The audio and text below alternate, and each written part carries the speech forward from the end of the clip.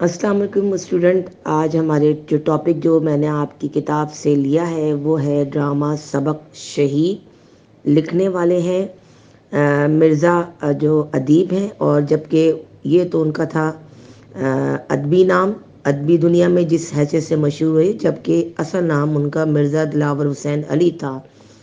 آپ جو ہے وہ لاہور میں پیدا ہوئے اور ابتدائی تعلیم اپنے گاؤں میں حاصل کی، اور اس کے بعد اعلیٰ تعلیم کے لیے اسلامیہ کالج سے BA کا آنرس کا ایگزام پاس کیا. آپ کو زیادہ تر جو لکھنے کا شوق تھا وہ مختلف موضوعات پہ تھا. مختلف موضوعات پر آپ نے افسانے لکھے، اور اس کے علاوہ افسانہ نگاری کی ابتدا آپ نے ساکی نامے رسالے سے کی. ادبی دنیا میں بھی آپ کے مضامین افسانے شائع ہوئے، اور اس کے علاوہ آپ نے رسالہ ادب لطیف کے مدیر بھی رہے. اس کے علاوہ آپ نے ریڈیو میں اسکرپٹ بھی لکھے جو کہ کافی مشہور ہوئے.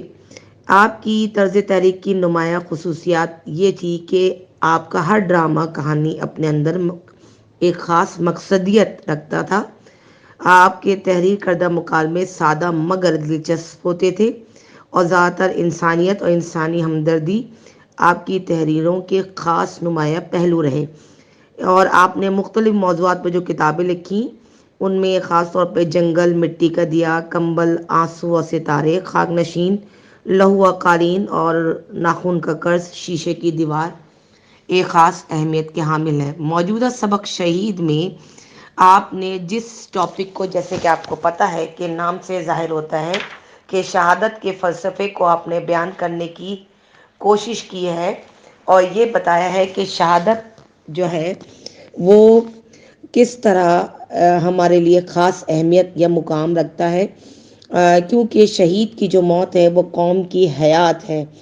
شہادت کا رتبہ اللہ تعالیٰ کی طرف سے دیا گیا ایک ایسا انعام ہے جو ہر کسی کو نصیب نہیں ہوتا، کیونکہ یہی کہا قرآن میں بھی اللہ تعالیٰ فرماتا ہے کہ شہید کو مردہ نہ کہو، وہ زندہ ہے، انہیں ان کا رزق دیا جاتا ہے.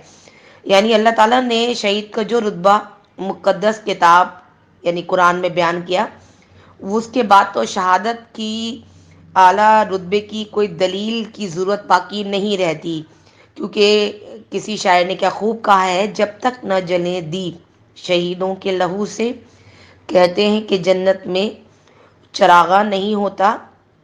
تو ایک سچا مومن اپنے زندگی سے زیادہ اپنے دین اور وطن کی حفاظت کو ترجیح دیتا ہے.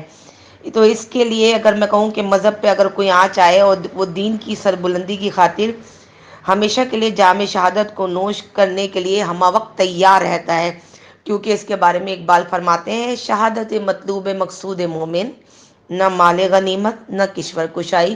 کہ ایک مومن کے لیے دین کی خاطر شہید ہونے کا مطلب بہت اعلیٰ عرفہ ہوتا ہے. اس کی خاطر نہ وہ مال غنیمت کو اہمیت دیتا ہے، نہ عزت و شہرت کو دیتا ہے. یعنی اس کے نزدیک جو کچھ ہے وہ ہے اللہ کی خاطر قربان ہو جانا اور اس کی خاطر شہید ہو جانا، کیونکہ سچی مومن کی یہی پہچان ہے، اور اس کے لیے وہ تعمر کوشش کرتا ہے، کیونکہ یہی اس کی اصل دولت ہے. بقول شاعر، کافر ہے تو شمشیر پر کرتا ہے بھروسہ، مومن ہے تو بے دیکھ بھی لڑتا ہے سپاہی. تو اگر میں کہوں کہ اس سبق میں بنیادی نقطہ شہید کے گھر والوں کی محبت اور جذبات کو بیان کیا گیا ہے، کہ کس طرح شہید کے ماں باپ جو ہیں وطن عزیز کی خاطر اپنے جوان بیٹوں کو اپنے ہاتھوں سے سپرد خاک کر دیتے ہیں، اور ان بیٹوں کا لہو ساری زندگی فخر بن کے ان کے لہو میں گردش کرتا ہے. تو یہ کہنا غلط نہیں ہوگا، کیونکہ شہید کو اعلیٰ عرفہ مقام کی مکمل وضاحت اس شعر سے بھی ہو جاتی ہے، چلے جو ہوں گے شہادت کا جام پی کر تم، رسول پاک نے باہوں میں لے لیا ہوگا. تو اس پورے چیپٹر میں، اس پورے صف میں شہادت کے پہلو کو اجاگر کیا ہے کہ شہید کے جو گھر والے ہیں، ماں باپ ہیں، کس طرح اپنے بیٹوں کو وطن عزیز پر قربان کر دیتے ہیں، اور جو بیٹے وطن عزیز پر قربان ہو جاتے ہیں، شہید ہو جاتے ہیں، شہادت کا جام پی لیتے ہیں، انہیں اللہ تعالیٰ کے یہاں کتنے اعلیٰ عرفہ اعزاز سے نوازا جاتا ہے کہ ان جس کا شمار نہیں. تو یہ چیز یہاں اس سبق میں بیان کر کے شہادت کے روپ کو اجاگر کیا گیا ہے۔ تو یہ تو تھا اس سبق میں جو بیان کرنے کی کوشش کی شہادت کے جذبے کو، اس چیز کو میں نے یہاں بیان کیا۔ اب اس کا تمام کام میں آپ کو انشاءاللہ تعالی دے دوں گی، وہ آپ دیکھ لیجئے گا۔ اوکے اسٹوڈنٹ، اللہ حافظ۔